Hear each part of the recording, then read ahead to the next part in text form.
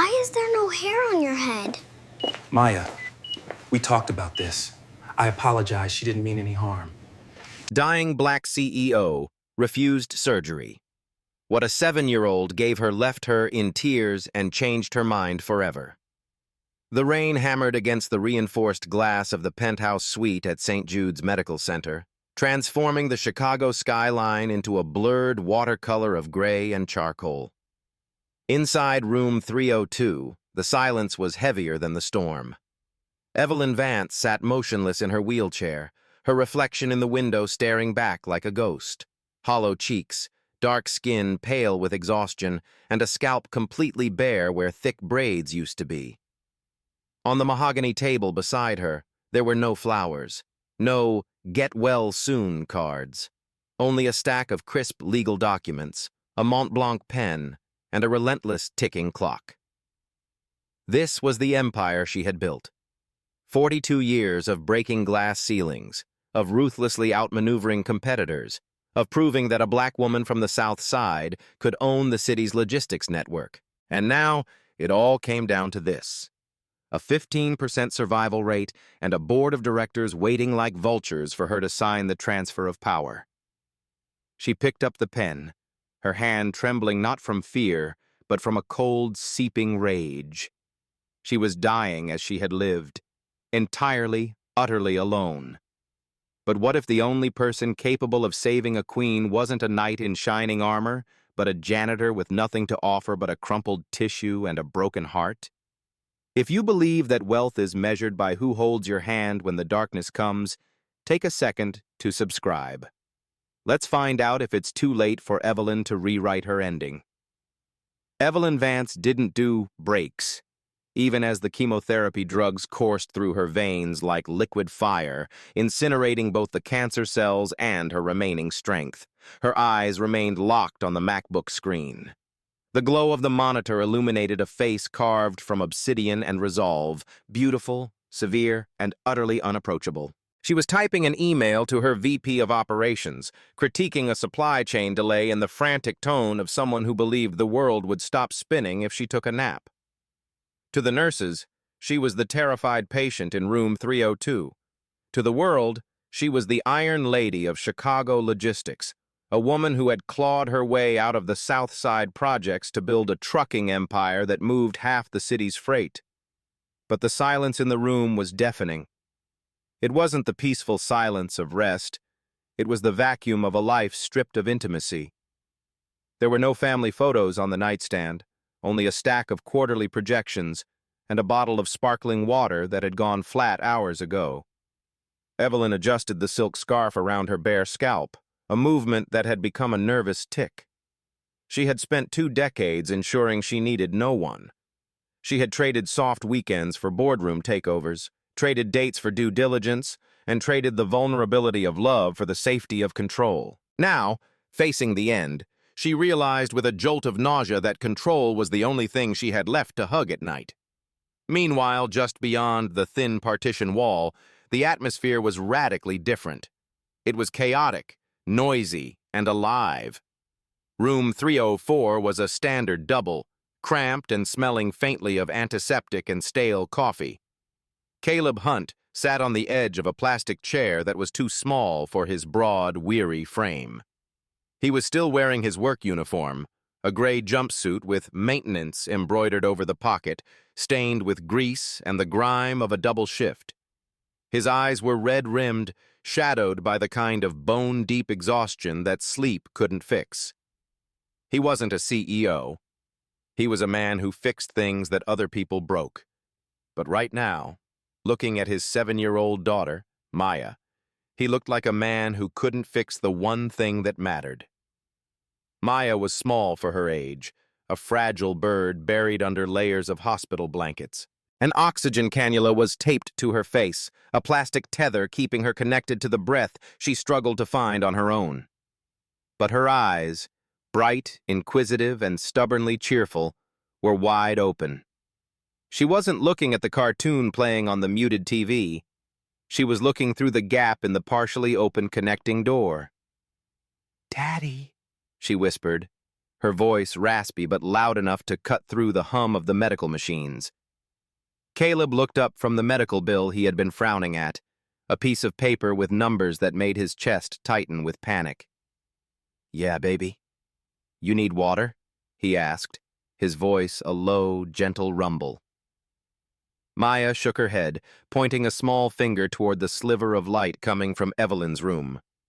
"That lady next door, why doesn't she have any hair?" Caleb froze. He glanced nervously at the open door. Through the gap, he could see the profile of the woman in room 302. He had seen her earlier when the nurses wheeled her in, a woman who radiated money and misery in equal measure.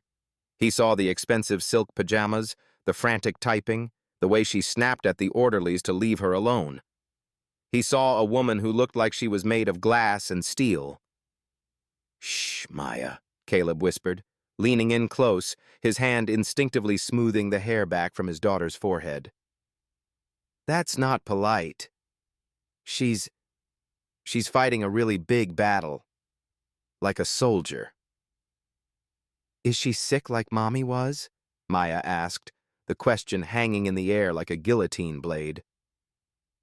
Caleb flinched.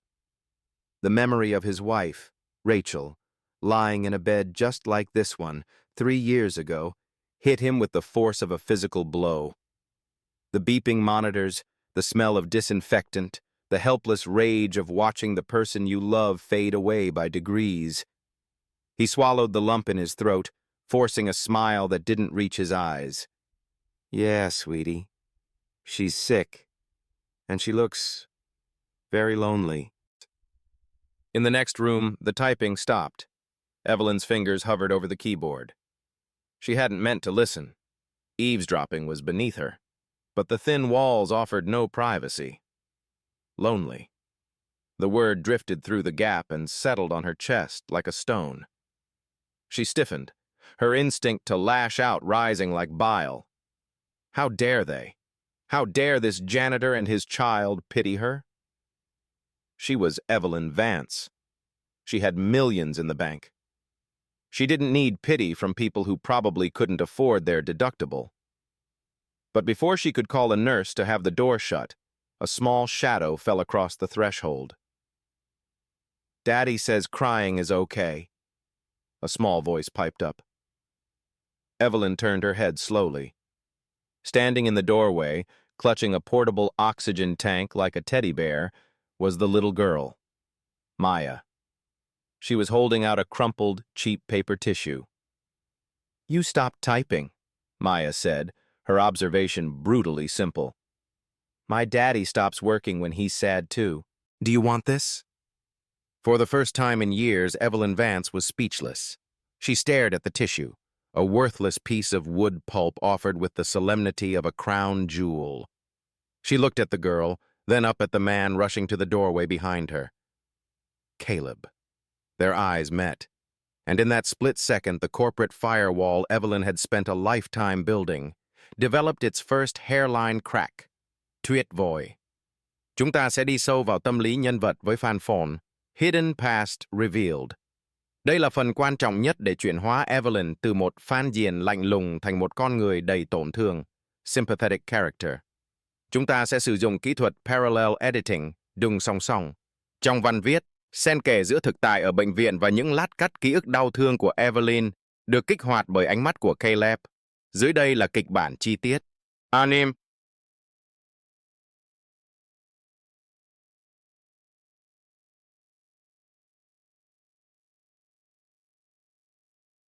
Part 4. Hidden Past Revealed. Caleb stepped fully into the room, his boots squeaking softly on the sterile linoleum.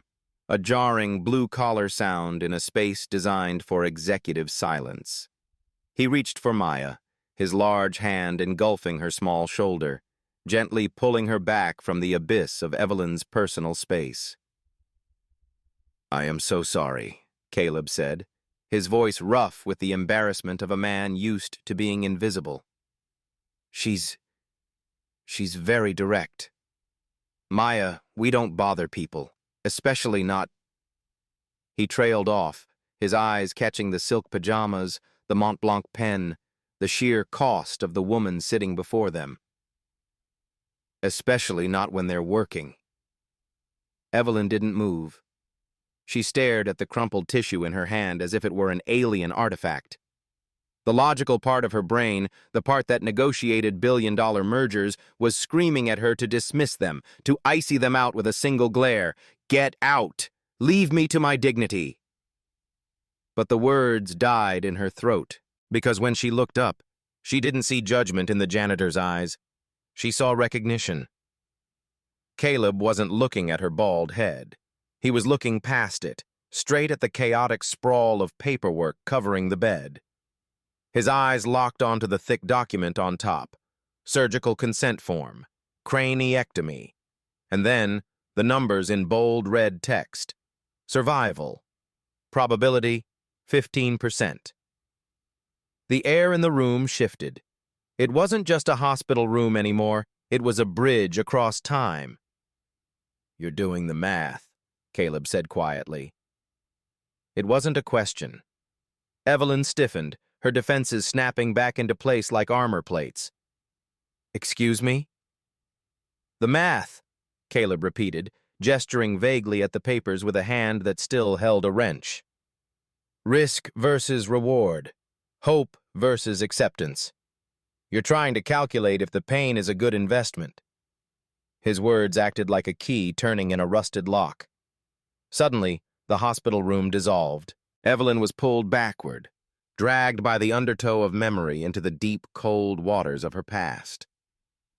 Flashback. Chicago, 1998.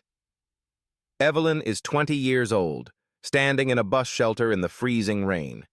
She has 3 textbooks in her arms and a hole in her only pair of winter boots. She is aging out of the foster care system, and the social worker had told her, "Statistically, girls like you don't make it past 25 without a record or a baby." Evelyn had tightened her grip on the books until her knuckles turned white. Watch me. Chicago, 2008. A boardroom filled with white men in gray suits. Smoke. Condescension. They laugh when she proposes her logistics algorithm. She is the only woman, the only black person, the only one who knows what it's like to be hungry. She swallows the humiliation like broken glass, forcing a smile that feels like a grimace. She works until 3 a.m. every night for 5 years. She misses her best friend's wedding. She misses her foster mother's funeral. She builds a fortress of money so high that no one can ever look down on her again. Chicago, present day. The penthouse is silent. It's her 42nd birthday. There is a cake on the marble island, a bespoke creation from a Michelin star bakery. It costs $500. And she is eating it alone, standing up while reading a briefing on fuel surcharges. She has never blown out candles with a family. She has employees. She has admirers. She has enemies. But she has no witnesses to her life. The memory receded, leaving Evelyn gasping softly, the taste of phantom birthday cake turning to ash in her mouth. She looked back at Caleb. The janitor was still there, but his expression had softened into something heartbreakingly familiar. He looked at the consent forms the way a soldier looks at a battlefield map he knows too well. "My wife, Rachel," Caleb said, his voice dropping to a register that vibrated with old pain. "She sat in a room just like this 3 years ago. Same papers. Same impossible choice." Evelyn's fingers tightened on the armrest of her wheelchair. "And?" she challenged, her voice brittle. "Did she take the deal?" "She did." Caleb nodded slowly. He sat down in the visitor chair uninvited, not out of disrespect, but out of exhaustion. Maya climbed onto his lap, burying her face in his chest. "The doctors gave her similar odds. She took the surgery. She said that 20% of hope was worth more than 100% of fear." "She was a gambler," Evelyn whispered, a hint of admiration coloring her skepticism. "No," Caleb corrected her gently.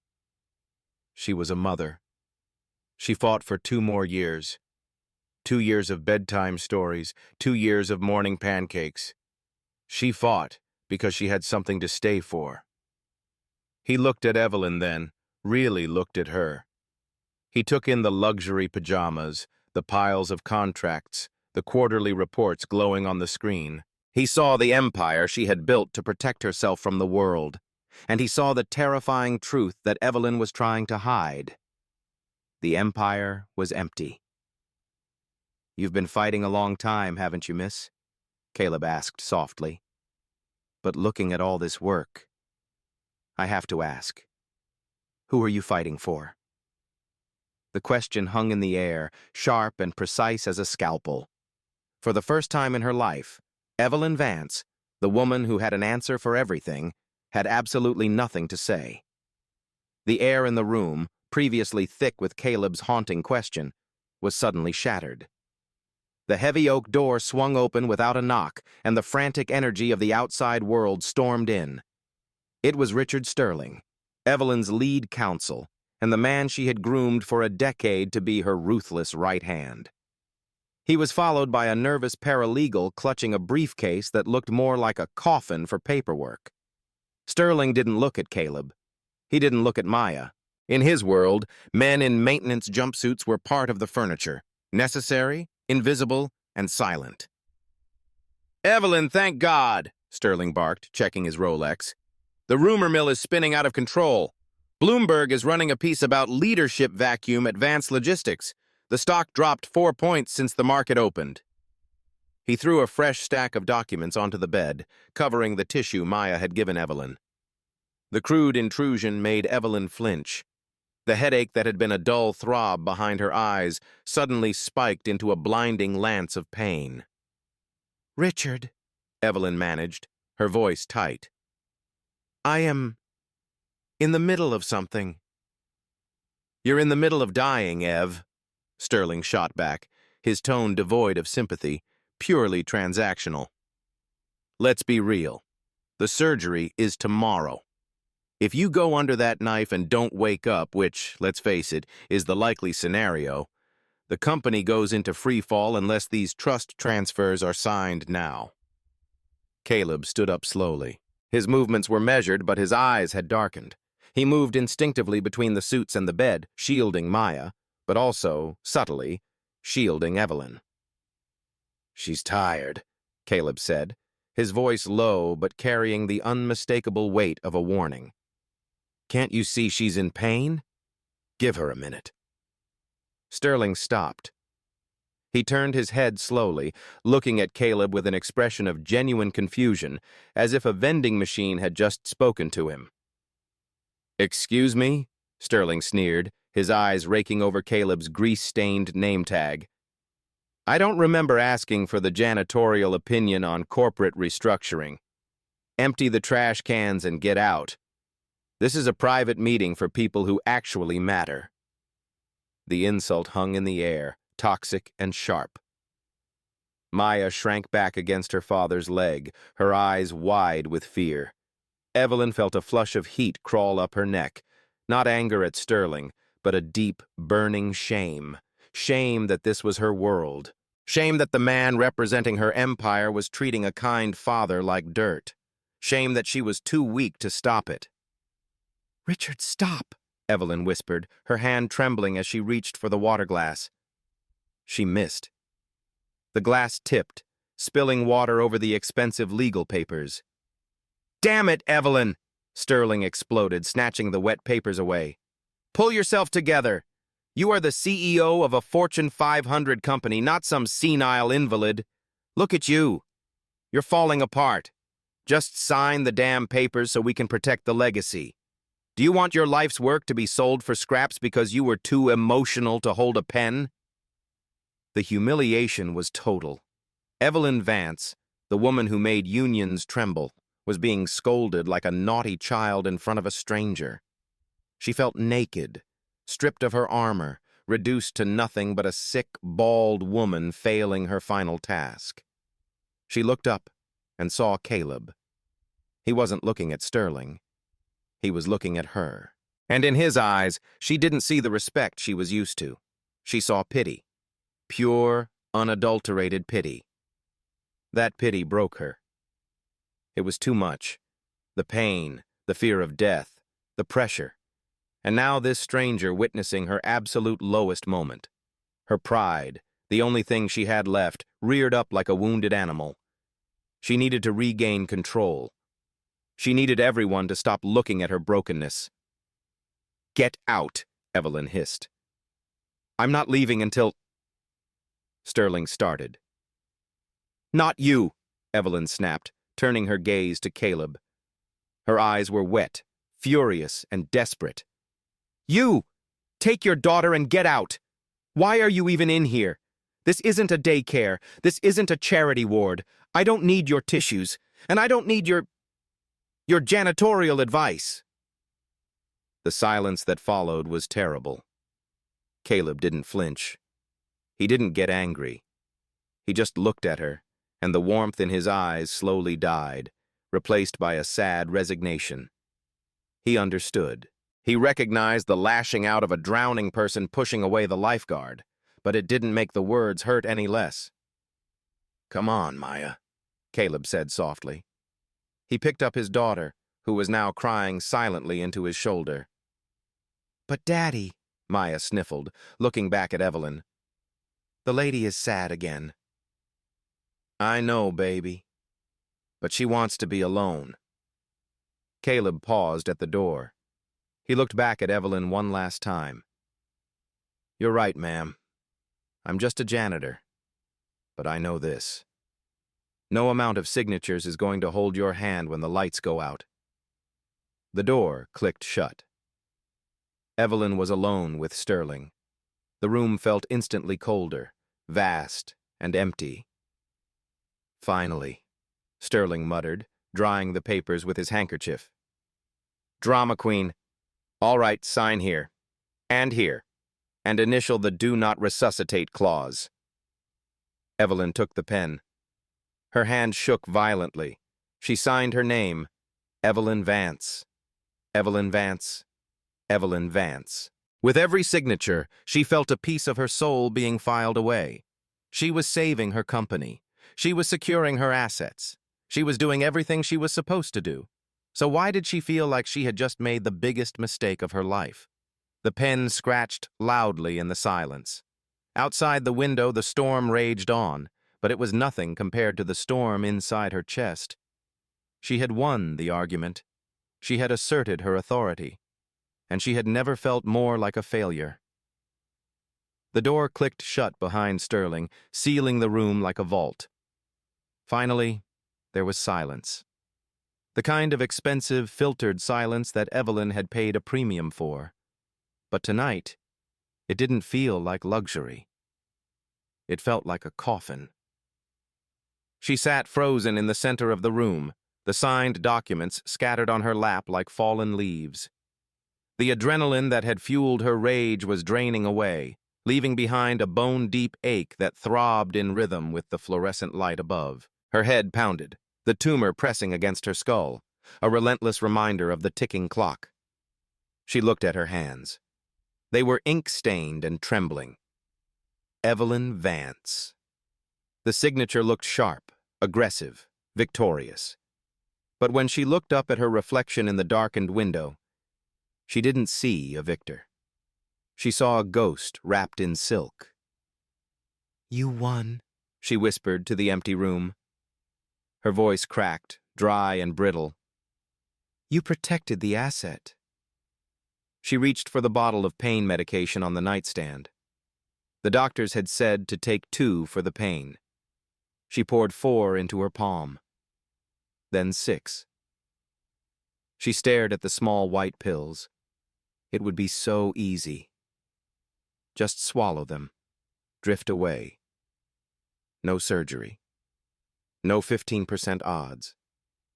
No waking up to a world where you are nothing but a legacy fund and a portrait in a boardroom. She was tired. So incredibly tired of being strong. She raised her hand to her mouth. And then she heard it. It was faint, muffled by the layers of drywall and soundproofing that separated the VIP suite from the common rooms. A sound so soft she almost missed it. Humming. A deep, resonant baritone vibrating through the wall. A melody without words, simple and repetitive. It was a lullaby.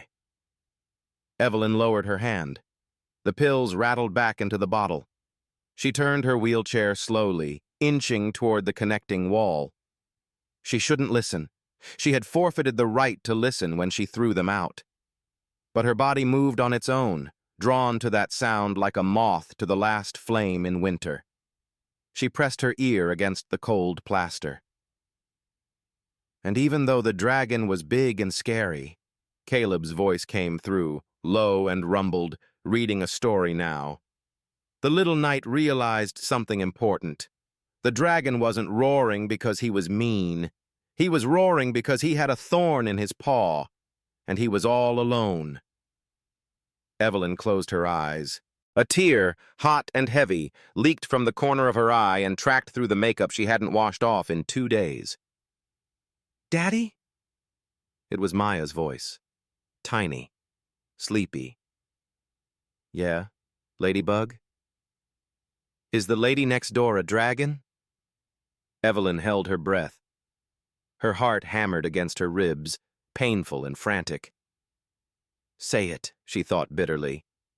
"Tell her I'm a monster. Tell her I'm the dragon." There was a long pause.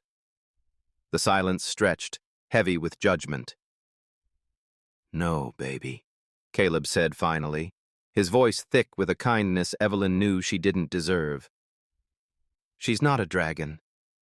She's just fighting a war we can't see. And sometimes, when you fight for too long without anyone to watch your back, you forget how to put down the sword." "We should give her Sparkles," Maya mumbled, her voice fading into sleep. "Sparkles knows how to fix swords. Maybe tomorrow. Sleep now. Daddy's here. I'm not going anywhere. I'm not going anywhere." The words hit Evelyn with the force of a physical blow. She slumped forward, resting her forehead against the wall that separated their worlds. Sobs began to wreck her body, silent, violent heaves that shook the wheelchair. She cried for the mother she never knew. She cried for the husband she never made time to find. She cried for the 42 years she had spent building a kingdom of ice, only to realize she was freezing to death inside it. On the other side of the wall there was life. There was forgiveness. There was a father holding his daughter in the dark. And on this side, there was just Evelyn, and a stack of signed papers. She looked at the crumpled tissue Maya had given her earlier. It was still on the floor where Sterling had dropped it. She wheeled over, leaning down painfully to pick it up. It was cheap, rough, and wrinkled. It was the most valuable thing in the room. Evelyn clutched the tissue to her chest, curled into a ball in her expensive wheelchair, and for the first time in decades, allowed herself to be broken. She fell asleep right there, not in her bed, but pressed against the wall, listening to the breathing of strangers who had loved her better in 5 minutes than the world had in 40 years.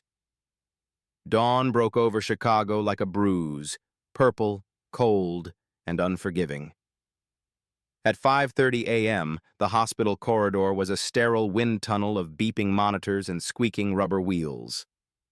Evelyn lay on the gurney, stripped of her silk pajamas, dressed now in the humiliating uniformity of a hospital gown. Her empire had been reduced to a plastic wristband and an IV drip. She scanned the hallway, her eyes darting frantically. Where was Sterling? Where was her assistant? Where were the board members who had sent fruit baskets the size of small cars? The hallway was empty. The people who claimed to depend on her were sleeping. They had her signature. They didn't need her survival. The realization hit her with the cold precision of a sniper's bullet. She was going into the darkness completely unaccompanied. "Ready, Miss Vance?" the orderly asked, unlocking the brakes on the gurney. Evelyn opened her mouth to say yes, but her throat was paralyzed by terror. She wasn't ready. She was going to die alone, and the last thing she had done on this earth was scream at a child. "Wait!" The voice echoed down the corridor. It wasn't a corporate command. It was breathless, desperate. Evelyn turned her head. Running down the hall, dodging a nurse's cart, was Caleb. He was still in his grease-stained jumpsuit, holding Maya's hand. They looked out of place, frantic, and absolutely beautiful. "Stop the cart," Evelyn rasped, her voice barely a whisper. Caleb skidded to a halt beside the gurney, his chest heaving. He didn't look at the orderlies. He looked straight at Evelyn, his eyes devoid of the anger she expected. Instead, they were filled with a fierce, protective urgency. "We almost missed you," Caleb said, catching his breath. "Maya, she wouldn't let me sleep. She said soldiers need their armor." Maya stepped forward. She looked small against the machinery of the hospital, but her expression was solemn. She reached into her backpack and pulled out Sparkles.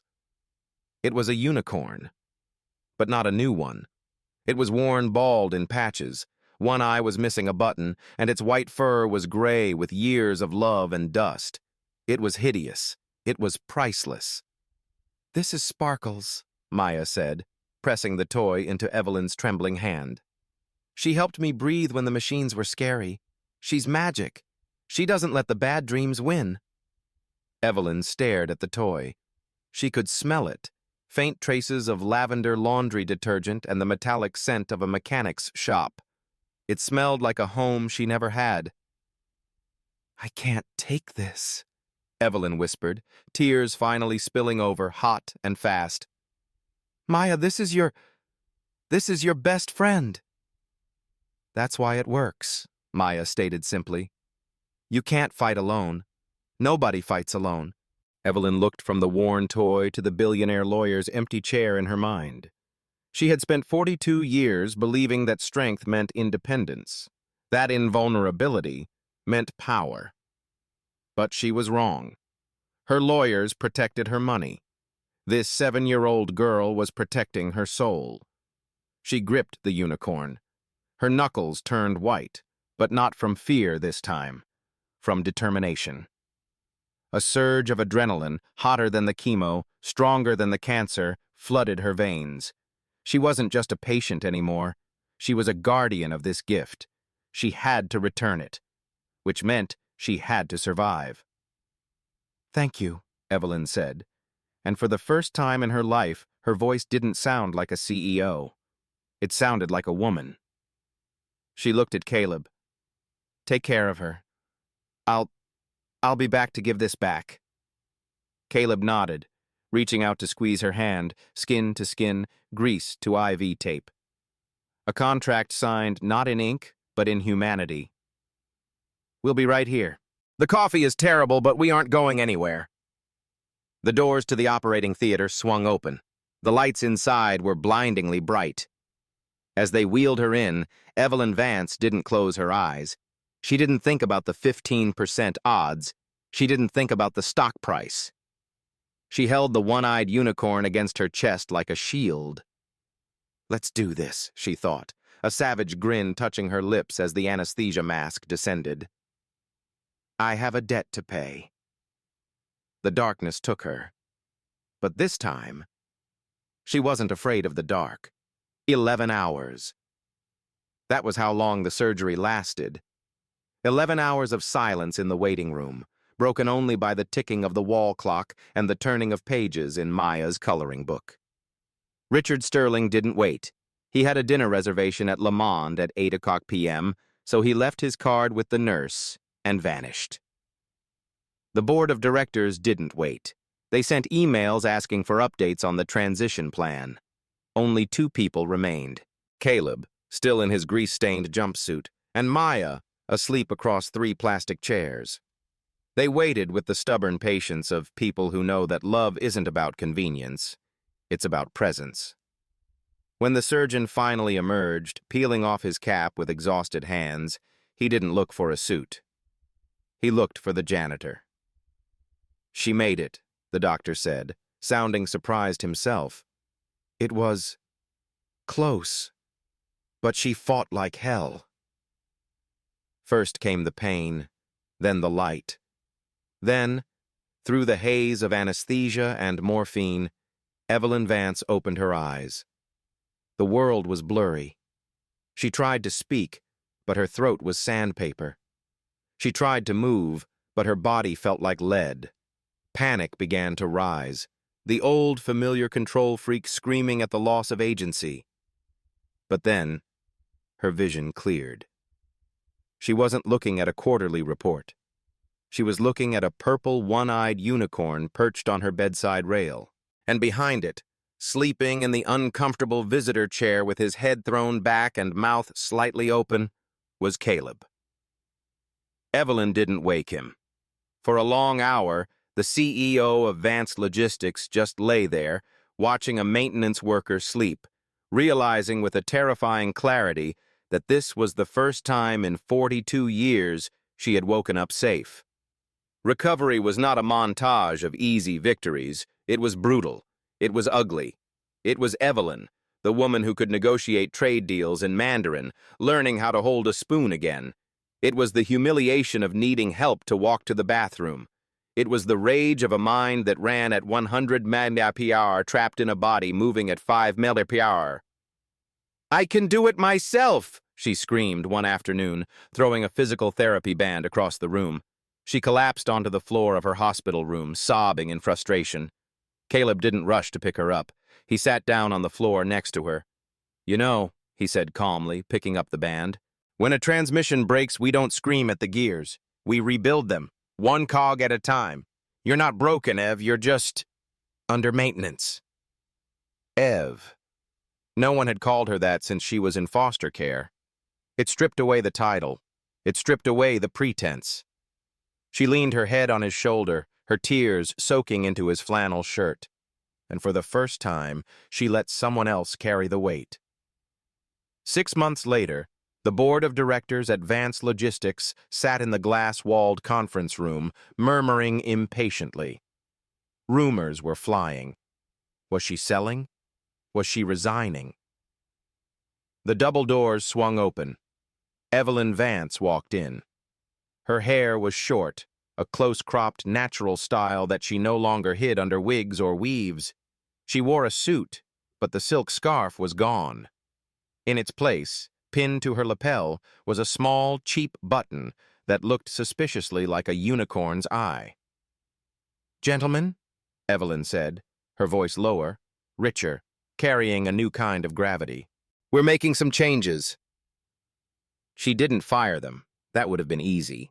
Instead, she introduced the Vance Family Initiative. Comprehensive health care for all part-time employees, paid leave for single parents, a scholarship fund for children of staff. "This will kill our margins," Sterling protested, slamming his hand on the table. "We are a logistics company, Evelyn, not a charity." Evelyn smiled. It was a smile Sterling had never seen before, cold to him, but warm to the truth. "We move things from point A to point B, Richard. But if the people moving them are broken, nothing arrives safely. You worry about the margins. I'll worry about the people who make those margins possible." She turned to leave. She had a date. And she wasn't going to be late for a quarterly review. She was going to be late for a third-grade recital. 2 years passed. The scene wasn't a grand cathedral or a ballroom. It was the rooftop garden of a modest apartment complex in Chicago's uptown. String lights crisscrossed overhead, battling the glow of the city skyline. Evelyn stood under a makeshift arch of ivy and white roses. She wasn't wearing Vera Wang. She was wearing a simple white dress that moved with the wind. Daniel stood opposite her. He had finally traded the jumpsuit for a suit, though he still looked like he wanted to fix the archway's hinge. But his eyes were fixed on Evelyn with a devotion that made the guests look away in reverence. "Do you?" the officiant asked. Evelyn looked at Caleb. Then she looked down at Maya, now 9 years old, standing between them holding the rings and sparkles. She looked at the rows of chairs filled not with business partners, but with nurses, orderlies, mechanics, and neighbors. She thought about the penthouse she had sold. She thought about the silence that used to suffocate her. "I do," Evelyn whispered. And she meant it more than any contract she had ever signed. Later that night, as the celebration wound down and the Chicago wind turned gentle, Evelyn stood by the railing, looking out at the city she used to think she owned. "Regrets?" Caleb asked, wrapping his arms around her waist from behind, his chin resting on her shoulder. Evelyn touched the small scar on the back of her head, hidden now by her curls. "Just one," she said softly, turning to kiss the man who had saved her life with a crumpled tissue. "I regret that it took a tumor to make me open my eyes." She looked back at Maya, who was dancing with her grandfather-in-law to a Motown song. "I spent my whole life building an empire, Caleb. I thought wealth was having your name on a building." She took his hand, placing it over her heart. "But I was wrong. Wealth is having someone to witness your life." Audio outro. And that is the story of Evelyn, Caleb, and the little girl who stopped a CEO with a tissue. It's a reminder that sometimes the worst days of our lives are actually the beginning of the best ones. If this story touched your heart, if you believe in the power of second chances and chosen families, please like and subscribe. And tell me in the comments, who is the person that makes your life wealthy? I'm waiting to hear your story.